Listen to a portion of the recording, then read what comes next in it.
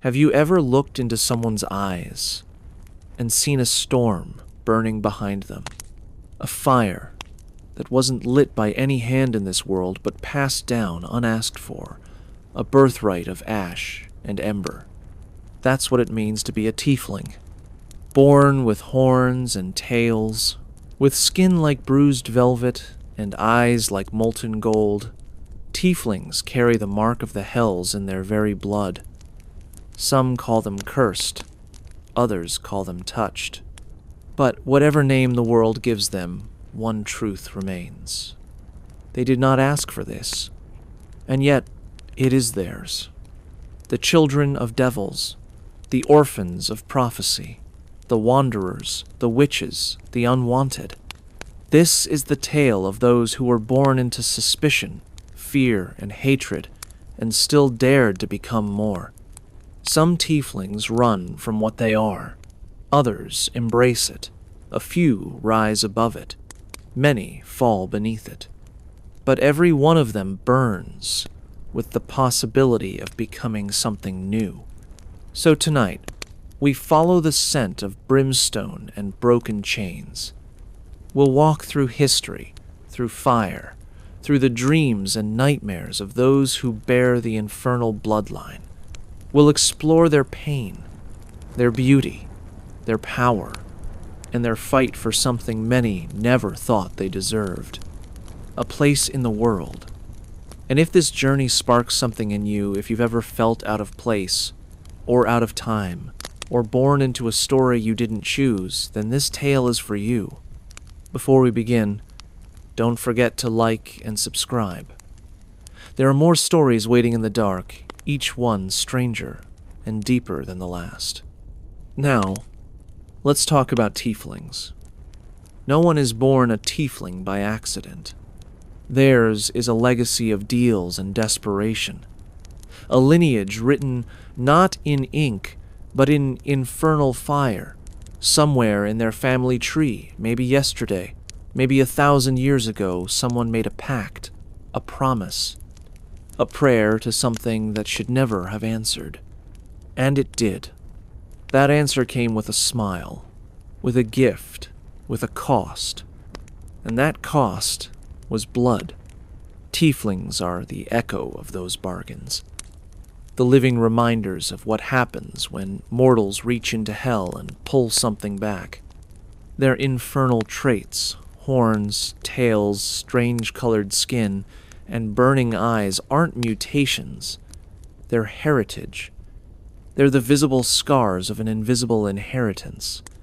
For many, this infernal link traces back to Asmodeus, the Lord of the Nine Hells himself. He is not just a god of tyranny and pride, he is the architect of the Tiefling bloodline. It was said that long ago, in an effort to secure a foothold in the mortal world, Asmodeus placed a sliver of his essence into mortal bloodlines. Subtle, undeniable, irrevocable. And from that moment on, they were marked. But tieflings are not all the same. Some descend from other archdevils: Glacia, Dispater, Levistus, Mammon, Fierna. Each line carries different traits, different urges, different curses. Some are clever and silver-tongued. Others burn with inner wrath. Some are drawn to cold beauty or forbidden knowledge. Each one is shaped by the devil, who first touched their family's fate. And not all origins are ancient. In some cases, a tiefling is born only a generation after the pact. A warlock's child. A desperate noble's heir. A baby left at the temple steps with horns no priest could explain. Wherever they come from, one truth binds them all. The world looks at a tiefling and sees the sin of someone else. But that doesn't make it true, because heritage is not destiny, and what is done to you does not define who you become.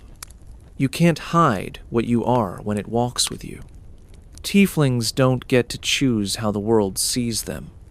The moment they enter a room, Eyes find the horns, the tail, the skin like dusk, rust, or bruised stone.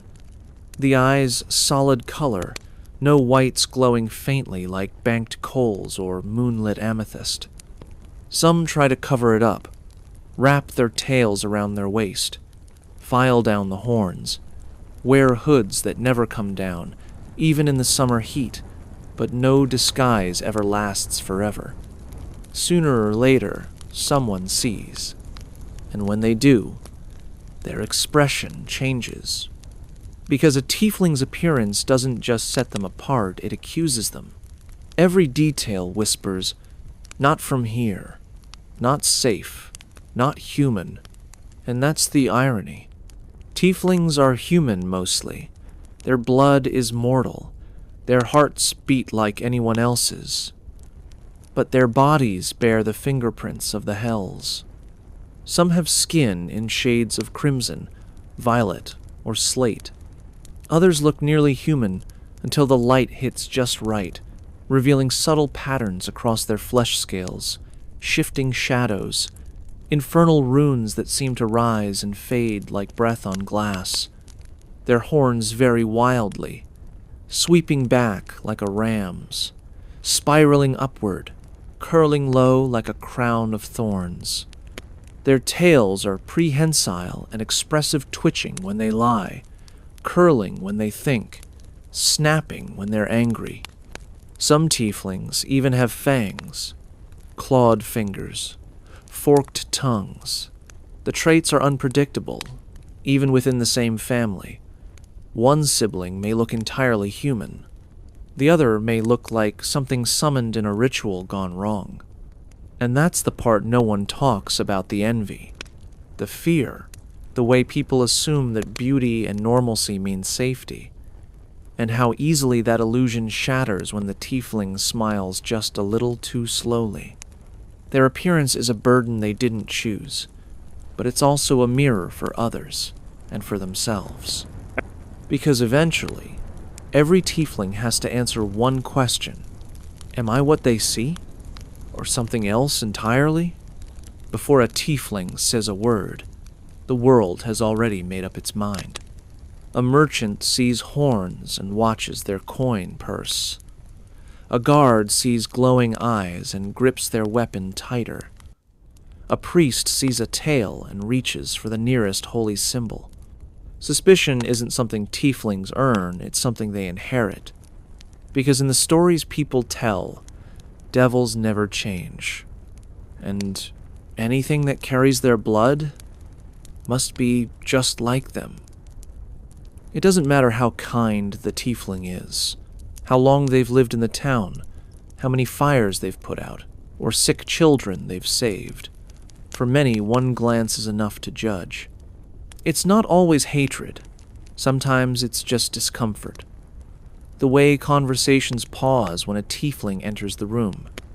The way eyes avoid theirs, or linger too long. The way people whisper after they pass, like their presence is a bad omen that might cling to your shoes. Some tieflings grow callous to it. Let the names roll off their back. Hellspawn, Demon Blood, Cursewalker. Others lean into it, play the part, if only to take control of the narrative. But many just leave. They travel alone, sleep in abandoned buildings, take work where no one asks questions. They learn not to expect kindness from strangers, not to correct the rumors, not to hope. And yet, even under all that weight, tieflings persist. They build lives in the cracks between fear and misunderstanding. They find people who see them, not just the shadow behind them. They create families from broken pieces. They learn how to survive a world that doesn't want to understand. Because tieflings know something others forget. Being judged doesn't make you guilty. And walking in the shadow of hell doesn't mean you belong there. It's the oldest question tied to their name. Can a creature born from infernal blood truly be good? Or are tieflings cursed to follow the path of their ancestors toward fire, deception, cruelty. For centuries, scholars, priests, and fearful villagers have whispered the same answer. They can't help what they are. That a tiefling's soul is stained. That the hells whisper louder to them than to others. That evil comes naturally to the children of devils. But the truth is more complicated. Tieflings aren't born evil. They're born watched, born pushed, born surrounded by people who expect them to fail. Imagine growing up in a world where everyone flinches when you speak, where even your kindness is met with suspicion, where you're punished for things you haven't done because someone else thinks you might. That changes a person. It twists the way they see themselves. Many tieflings grow angry, withdrawn, paranoid, and who could blame them? But others somehow grow stronger. They learn to define themselves by their actions, not their origins. They learn compassion from the absence of it. They learn loyalty because betrayal cut them deep. They choose goodness, even when the world offers them every excuse not to. And that's what makes a noble tiefling more heroic than most. Because they weren't raised to be loved. They weren't told the world would embrace them. They made their own light in the middle of the dark. Yes, some tieflings fall. Some choose vengeance, pride, power. Some become exactly what others feared.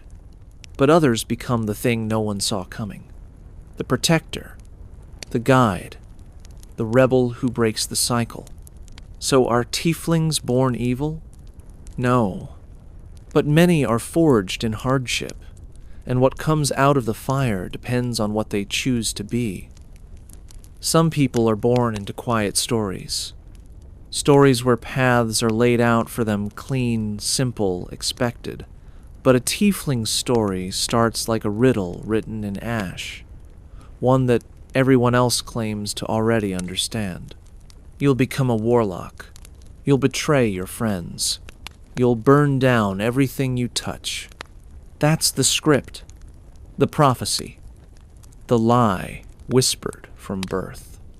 But tieflings have a secret power, not in their blood, but in their choice. Because the world expects them to follow a path, and every step they take away from it is an act of defiance, of identity, of rewriting the future. Still, the question lingers, how much of your story is yours? If your body carries the marks of a devil, if your dreams speak in fire, if your power came from a past you never asked for, is that really freedom? The answer isn't easy. Many tieflings wrestle with their nature.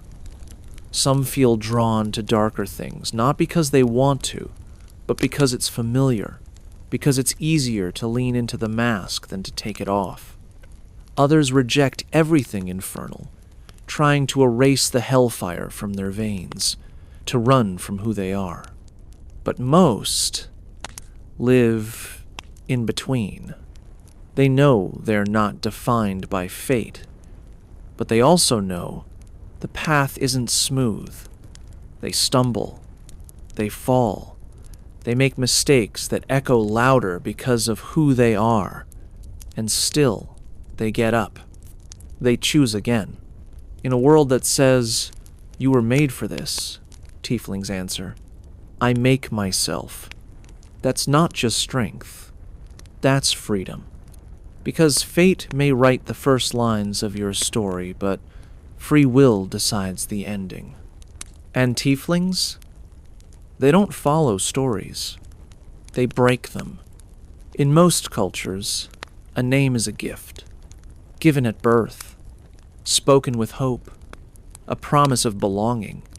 But for tieflings, names are often something else entirely. Sometimes they're shackles remnants of a family that feared them, of a past soaked in whispers and shame. Other times, they're lies. Names given by strangers who didn't care who the child really was, only what they looked like. So tieflings choose their names, not out of vanity, not out of pride, out of necessity, out of survival, out of power. Some tieflings adopt names in the common tongue, single words that reflect their values, their goals, or the scars they carry. Hope, sorrow, mercy, vengeance. Names like these are more than labels. They're statements, words against a world that wants to define them. Others choose names in Infernal, reclaiming the language used to curse them, to reshape it into something theirs, a form of resistance, a way of saying, you don't get to decide what this bloodline means anymore. And then there are those who take on many names, one for friends, one for strangers, one for the mask they wear when walking through towns that would never accept them if they knew the truth. To a tiefling, a name isn't just what others call you. It's what you call yourself when no one's listening. It's the line between past and future. A name is the first step toward identity, the first thread pulled in unraveling the story written for them. Because when you've been born into someone else's curse, choosing your own name is the first spell you ever cast. You won't often find tieflings where stories begin. They aren't born into royal lineages or blessed temples. They don't inherit manners or titles. More often, they arrive after the damage has been done. Orphans, runaways, survivors, strangers in every land. So where do they go? Anywhere they're not turned away. Tieflings carve out homes in the margins, alleyway communities, crumbling towers, border towns where the law is thin and the people ask fewer questions. You'll find them running taverns in pirate ports, offering blessings at crossroads, shrines, hiding in sewers beneath cities where no one looks too closely. In places like these, they build new lives, found families of outcasts and exiles, people who don't flinch when the firelight catches their horns. Together they create havens stitched from scraps, safe houses, secret markets, schools where no one is taught to be ashamed of what they are. And yet, many still walk alone, some by choice seeking freedom, revenge, or answers about their infernal heritage. Others because society simply wouldn't let them stay. Too strange, too feared, too different. Tieflings become wanderers, not out of love for the road, but because the road is the only place that doesn't push them away. In large cities, they might find niches, fortune tellers, bounty hunters, mercenaries, spellwrights. People are always willing to deal with tieflings when they need something. Respect comes slower. Trust, almost never. Still, a tiefling's presence changes things. Wherever they settle, the world adjusts. Some communities soften, learn, grow. Others tighten their grip on old fears. But even in resistance, the presence of a tiefling forces a question. What does it really mean to belong? Because tieflings don't wait for permission to live. They find the cracks in the foundation, and then they build something new. Some tieflings are raised by loving hands. A mother who doesn't flinch when her child is born with horns. A father who wraps a tail in a warm blanket instead of pretending it's not there. A village that sees the soul before the silhouette. But those stories are rare. More often, tieflings are met with silence, or fear, or shame. Parents abandon them out of superstition or guilt. Communities drive them out with whispers and prayers. Even other children learn early this one is different, dangerous, wrong. And so, many tieflings grow up alone. Alone in the physical sense, on the streets, in orphanages, in corners of the world no one visits. but also in the deeper way. The emotional isolation of not being seen, not being understood, being treated as a punishment rather than a person. This loneliness cuts deeper than most wounds. It becomes part of them, shapes how they see others, how they trust, how they love. Some tieflings wall themselves off better to be untouchable than unwanted. Others become desperate for connection, clinging to anyone who shows them kindness, even when it comes with a price. And a few just stop trying. But loneliness isn't the end of the story, because family, for tieflings, isn't always blood. It's built. They find it in unlikely places. A gruff dwarf who teaches them to fight, a halfling baker who offers leftovers with a wink, a misfit band of adventurers who don't care about horns or heritage. Over time, these threads form a tapestry stronger than any birthright. And when a tiefling chooses someone as family, it means something real, because they know the value of that bond. They know what it's like to have nothing. And so, when they give love, it comes from the deepest, quietest part of who they are. Not because they were told to, but because they learned how to love in the dark. Power was never something tieflings asked for. It came with them, woven into their skin, stitched into their souls like burning thread. A legacy of devils, yes, but also a reflection of the strength it takes to survive as someone feared, hated, and underestimated. Every tiefling feels it differently. Some describe it as a heat that lives under their ribs, always flickering, always watching. Others say it comes alive in moments of fear or fury, pulsing through their blood like molten gold. For many, it first appears in childhood, an instinctive burst of flame when frightened, a voice that echoes strangely when they shout. Most tieflings possess a handful of innate magical gifts, traces of the infernal pact that altered their bloodline. The most common? A resistance to fire. Not immunity, but resilience. A small but constant reminder that flame doesn't break them. It belongs to them. They can also call upon thaumaturgy, a minor spell, yes, but full of theater and presence. A whisper that becomes a roar. A flicker of torchlight. A door that slams shut without touch. It's not just magic. It's a statement. As they grow, many tieflings unlock greater powers, especially those with a connection to Asmodeus or other infernal patrons. Some channel hellish rebuke, surrounding themselves in searing flame when harmed, punishing those who try to hurt them. Others can command darkness, snuffing out light with a thought, turning the battlefield into a place where only they can see. And then there are the warlocks, sorcerers, bards, tieflings, who take that ember of infernal power and fan it into something more, something theirs. They don't just wield hellfire, they reshape it.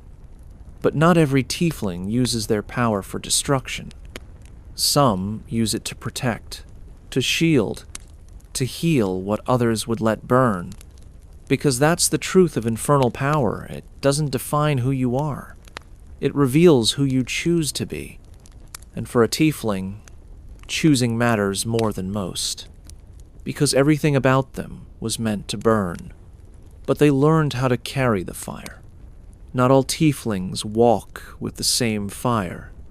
Though many trace their infernal bloodline back to Asmodeus, the Lord of the Nine Hells, others carry the touch of different devils, powerful archfiends, whose influence has carved their way into mortal blood across generations. Each lineage shapes more than just appearance. It changes everything: magic, temperament, desire. It's like a voice whispering beneath the surface, telling them what kind of power they were meant to wield, and daring them to use it. A Tiefling of Dispater, the Iron Duke of Dis, may be cool and calculating, with skin like tarnished steel and eyes that reflect secrets. They excel at hiding things, thoughts, intentions, truths, and often find comfort in shadows and silence. Their magic favors misdirection, disguise self, detect thoughts, and the slow, subtle unraveling of trust. Those touched by Glacia, the seductive and cunning daughter of Asmodeus, are masters of charm and manipulation.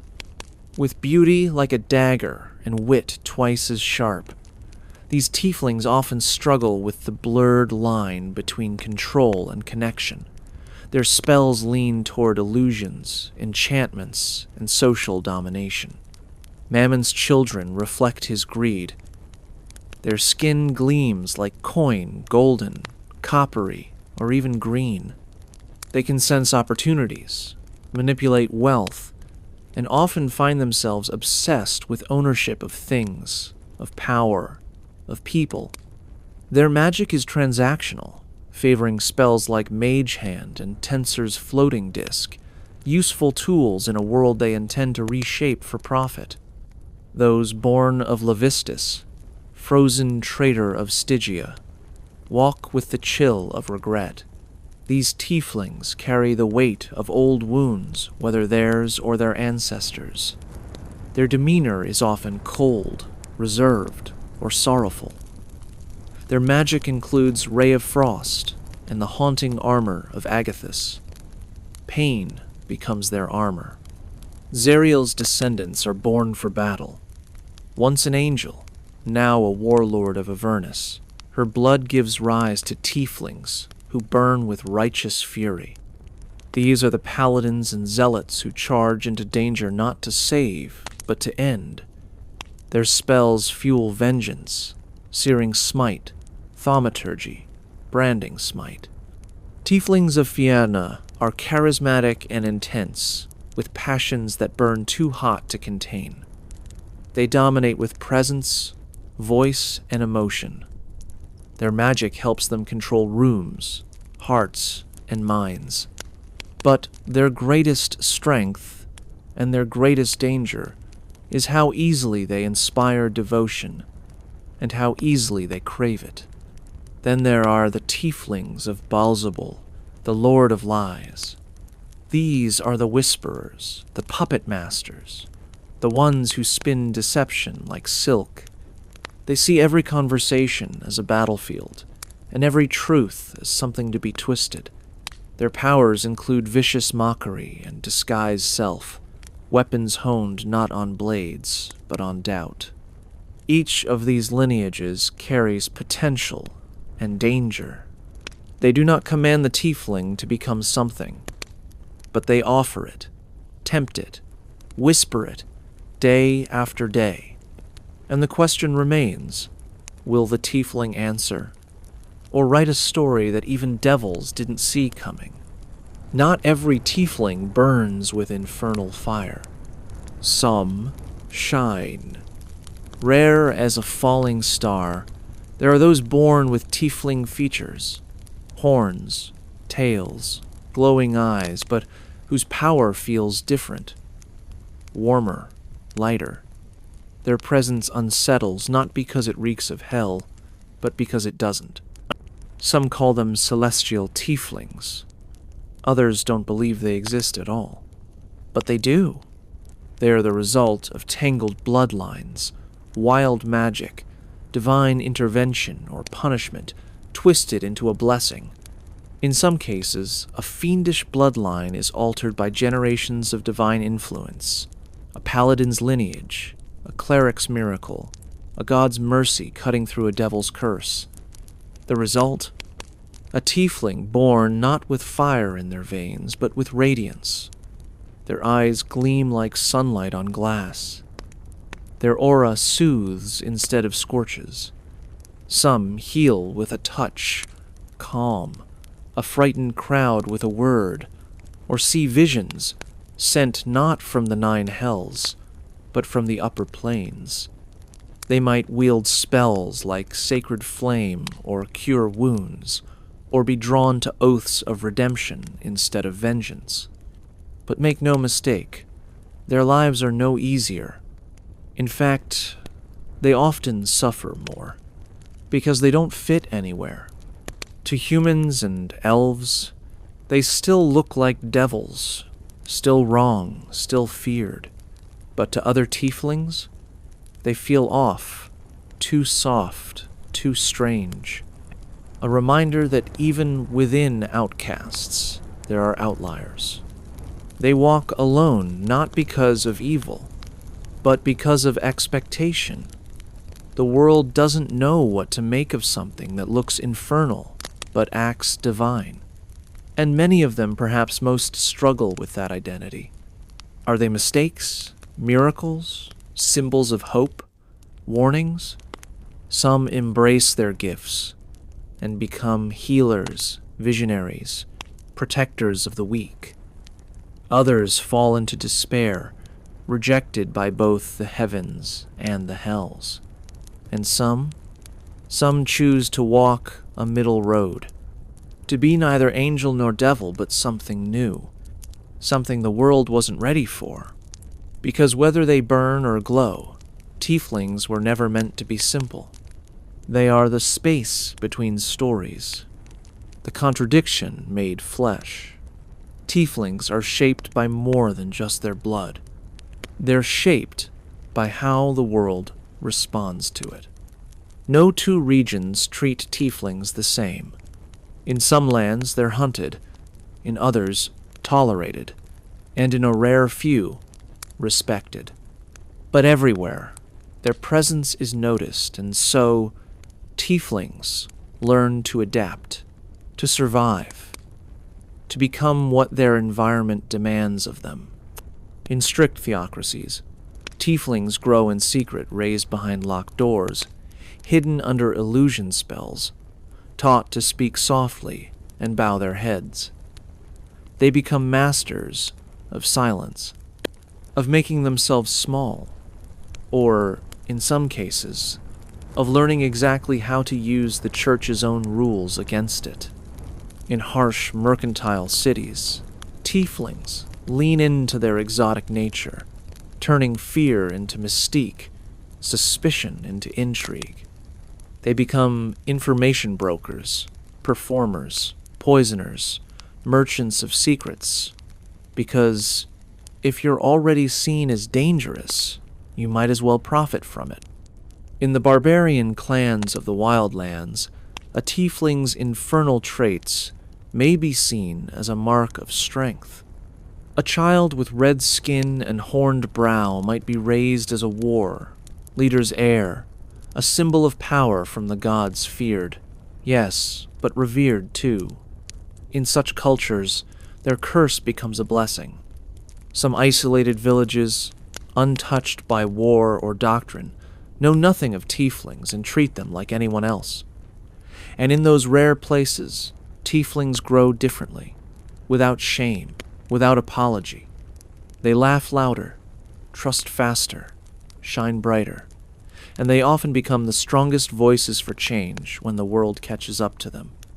Then there are the underground cities, the rogue states, the plains-touched crossroads of the multiverse places where tieflings thrive, where they aren't rare, where no one blinks at a pair of horns or a spade-shaped tail.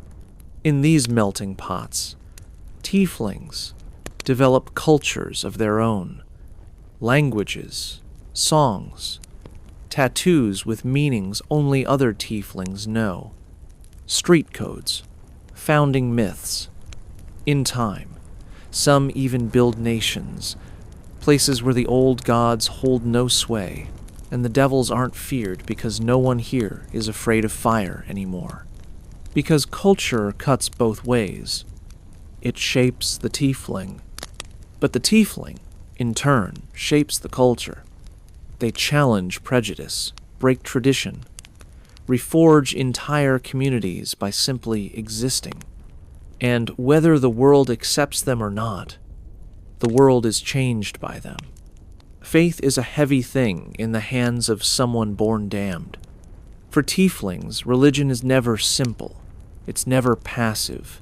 It's never just tradition passed from parent to child. Faith, to them, is a choice made with eyes wide open and often, with blood still fresh on the altar. Some Tieflings turn away from the gods entirely, not out of malice, but out of survival. Why serve powers that allowed them to be cursed? Why worship deities whose churches turned them away, whose priests looked at them and saw sin before soul? They become cynics, blasphemers, or simply independent living by their own code, one that doesn't need divine approval. They build altars to self-mastery, to freedom, to choice. But others seek something higher, not because they were taught to, but because they need to believe that they aren't alone, that their suffering has meaning, that redemption is real, even if no one ever offered it to them.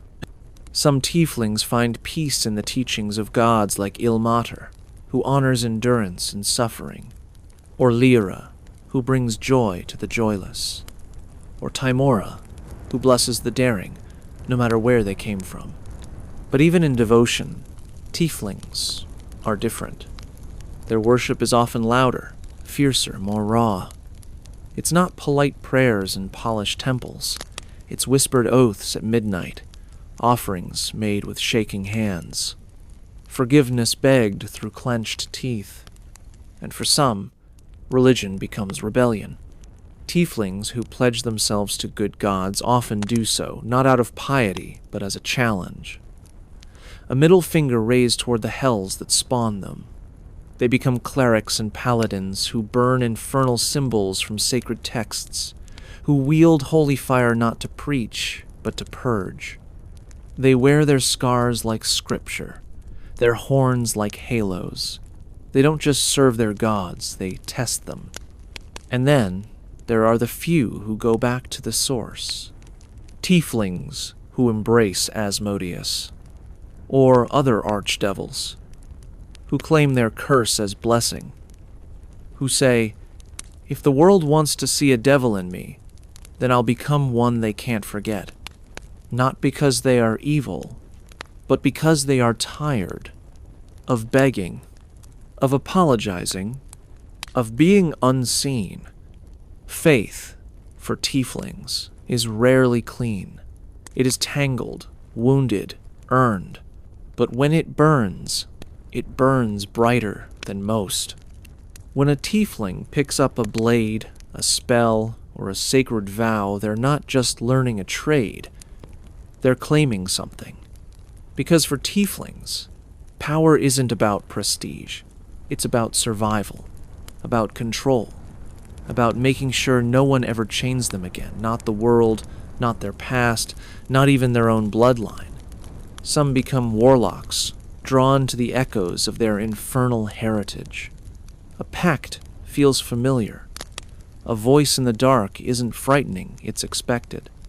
But while others may sign away their souls in ignorance, Tieflings know exactly what a deal means, and sometimes they're the ones doing the tricking.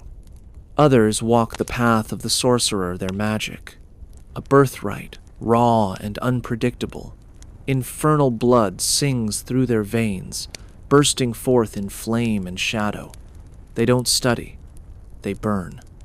Every spell is a reflection of identity, of emotion, of inheritance, barely contained. But not all choose magic.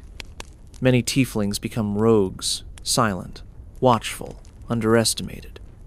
Who better to move in shadows than someone born in them? They know how to listen, how to vanish, how to strike exactly when it matters. For some, it's vengeance. For others, it's artistry. Then there are the bards, who turn their pain into poetry. Their stories cut as deep as any blade. They command attention not through fear, but through presence. Charisma becomes armor. Their past becomes performance, and if someone underestimates them, that's part of the act. Some tieflings swear themselves to the divine clerics and paladins who turn their backs on hell and raise holy symbols high. Their oaths aren't quiet. They are loud, blazing declarations of defiance. Each act of healing, each smite against evil, is proof that legacy does not decide worth. Others take up the fighter's sword, or the barbarian's rage, relying on strength, on will, on scars earned and remembered. Because not every tiefling needs spells. Sometimes power is earned the hard way, and a few study the arcane as wizards, proving that infernal blood doesn't make them reckless, that they can master control, structure, knowledge. These are the ones who don't just play with fire, they tame it. In every class, tieflings don't just fit, they reshape the mold. Because their strength doesn't come from a system. It comes from who they had to become to survive it. When a tiefling sleeps, the world doesn't go quiet. The fire never fully fades. Their dreams are not always their own. Sometimes they carry the echo of things buried, deep memories that don't belong to them, whispers in Infernal, visions of cities that burn forever, eyes watching from a throne of obsidian, a name they've never spoken, calling them home. These aren't just nightmares. They're invitations. The blood remembers, whether the tiefling wants it to or not. Some say these dreams are sent by the devils who tainted their line attempts to pull them closer, to tempt them with glory, vengeance, or understanding. Others believe they are nothing more than the trauma of being other, made manifest in sleep. But the truth is more complicated, because many tieflings aren't afraid of these dreams. Not at first. They're curious. What if the fire means something? What if the voice in the dream isn't a curse, but a key? What if the fear everyone else sees in them could be turned into freedom? And so they follow, into dreams where everything is tinted, red and gold, where they stand before altars made of bone and are offered power without price, where they see versions of themselves that could rule, could conquer, could finally matter. But these dreams always ask something in return, and the longer a tiefling walks those halls of smoke and memory, the harder it becomes to tell where the dream ends and the waking world begins. Not all tieflings succumb. Many wake in cold sweat and walk into the day unchanged. But even they carry the weight of what they saw, of what they might become. And some, just some, wake changed. Not because the dream told them who they were, but because it reminded them they have a choice. To rewrite the nightmare, to reshape the fire, to walk through the dream, and never bow to it. To love a tiefling is to reach for a flame that's learned not to trust the warmth of others. They don't give their hearts easily, not because they don't feel deeply, but because they feel too deeply, and the world has taught them to be careful with that weight. They've been stared at, judged, left behind, told too many times they weren't worth loving, that something about them, something essential, made them unworthy, that closeness was dangerous. That affection always came with a hook. So, when a tiefling lets someone in, it's not a small gesture. It's a leap. They'll laugh, tease, flirt with ease. But that's surface armor. The real parts of them stay guarded behind layers of memory and instinct, because tieflings don't just fear rejection, they expect it. And some believe it's better to leave before they're pushed away. But when love does bloom, it's fierce, protective, messy, and real. Tieflings don't love halfway. When they choose someone, they do it with every scar, every defiant breath, every burning truth. And that love becomes a fortress, a vow, not just to care, but to fight for. Still, the road isn't easy. Partners must navigate the shadows. Tieflings carry the self-doubt, the guilt, the unspoken fear of becoming what the world expects. Trust comes slowly, and even then, it can vanish if wounded. But with patience, with time, Tieflings can become the most loyal of companions, the most honest of lovers. Not perfect, never perfect, but true, because they know what it means to be broken and what it takes to heal. And when two Tieflings find each other when fire meets fire, it's like watching a storm take root. They understand without explanation, hurt the same way, hope the same way, and together they build something the world said was impossible. Because love, to a Tiefling, isn't just romance. It's resistance. It's saying, I'm still here, and I choose you, even when everything in me was taught not to trust. When a Tiefling walks into the story, people expect tragedy. They expect betrayal, fire, and blood, a fall from grace, because that's how Tieflings are supposed to end, the cursed child becoming the cursed villain. But sometimes, the story goes another way. Sometimes, the Tiefling saves the village, stands between the innocent and the infernal, rushes into the flames to pull someone else out. And it confuses people, because Tieflings aren't supposed to be heroes. But they are. Not in spite of what they are, but because of it. They know what it's like to be the outsider, the feared, the forgotten. So when they protect someone, it's not abstract, it's personal, it's earned. Their heroism doesn't come from prophecy or destiny. It comes from choice. Over and over again. A Tiefling hero carries the past like armor. Every cruel word, every slammed door, every prayer whispered against them. It all becomes fuel. Not for vengeance, but for transformation. For fire turned inward and shaped into something sharp and necessary. They don't need to be paladins or saints. They just need to show up, to fight when no one else will, to offer a hand when others look away. Some Tiefling heroes are loud, blazing trails across battlefields with blade and flame. Others are quiet healers in forgotten towns, guardians of cursed forests, mentors to children who see their horns and don't flinch. And when they fall hard. But when they rise burning not to punish the world, but to prove that it doesn't get to define them. Because redemption, for a Tiefling, isn't about earning forgiveness from others.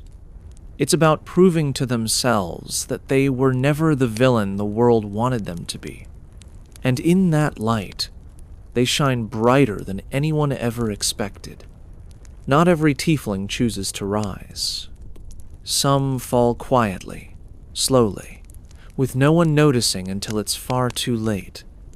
Not because they were evil from the start, but because the world showed them no other way. You see, when you're told your whole life that you're dangerous, untrustworthy, cursed, eventually part of you starts to believe it. Tiefling villains aren't always conquerors or killers. Often, they're survivors who snapped. People who tried to be good until good wasn't enough. They offered kindness and were met with suspicion. They asked for help and were turned away. They begged for a second chance and no one listened. So they stopped asking. They turned the fire inward, let it fester, let it shape them into something hard, cold, sharp. They became what the world feared because it was easier than trying to prove them wrong. And some find power in that. They become warlords, thieves, shadow-cloaked assassins, silver-tongued manipulators. They burn bridges not because they hate the people on the other side, but because no one ever crossed to meet them halfway. But even at their worst, Tiefling villains are complex. They don't want to destroy the world. They want to rewrite it, make it fair, make it quiet, make it hurt less, even if that means making others hurt more. They're not monsters. They're mirrors reflecting what happens when empathy fails. And the tragedy? Many of them could have been heroes. If someone had reached them sooner, if someone had believed in them, if they had believed in themselves, but now the fire that once could have warmed only consumes. And when they burn beautifully, in rage, in sorrow, in silence. A reminder of what was lost, and what still might be saved. There's a reason people fear Tieflings. It's not just the horns, or the tail, or the faint scent of brimstone in the air when they pass. It's because Tieflings challenge the story. The story that says blood is destiny, that your past defines your future, that people born under bad stars can never shine in the light. Tieflings are the living contradiction of that tale. They're proof that legacy is not law, that what runs through your veins doesn't drown who you are, that the fire inside you doesn't have to consume it, can illuminate. They are resilience, personified. Whether they rise or fall, rage or heal, hide or shine, Tieflings move the world. Not because they want to, but because the world refuses to stay still around them. They make people question. Their presence forces a choice. Judge the appearance, or see the soul. Trust the stories, or look for truth. And that is their greatest power. Not the magic, not the blood, the choice to rewrite the story. To look at a world that calls them monsters and say, I will not be what you fear. I will be what I choose. So if you see a tiefling on the road, cloaked in shadow, eyes glowing in the dark, don't look away. Watch. Because you might just witness a story being rewritten. And if you carry your own darkness, your own curse, your own doubt, maybe, just maybe, you'll learn to carry it like they do. Not with shame, but with fire. Thank you for joining this journey into the soul of the Tiefling. If this tale moved you, challenged you, or made you see something new, please like, subscribe, and stay close. Because the Sleeping Bestiary has many more stories to tell, and some are still waiting to wake.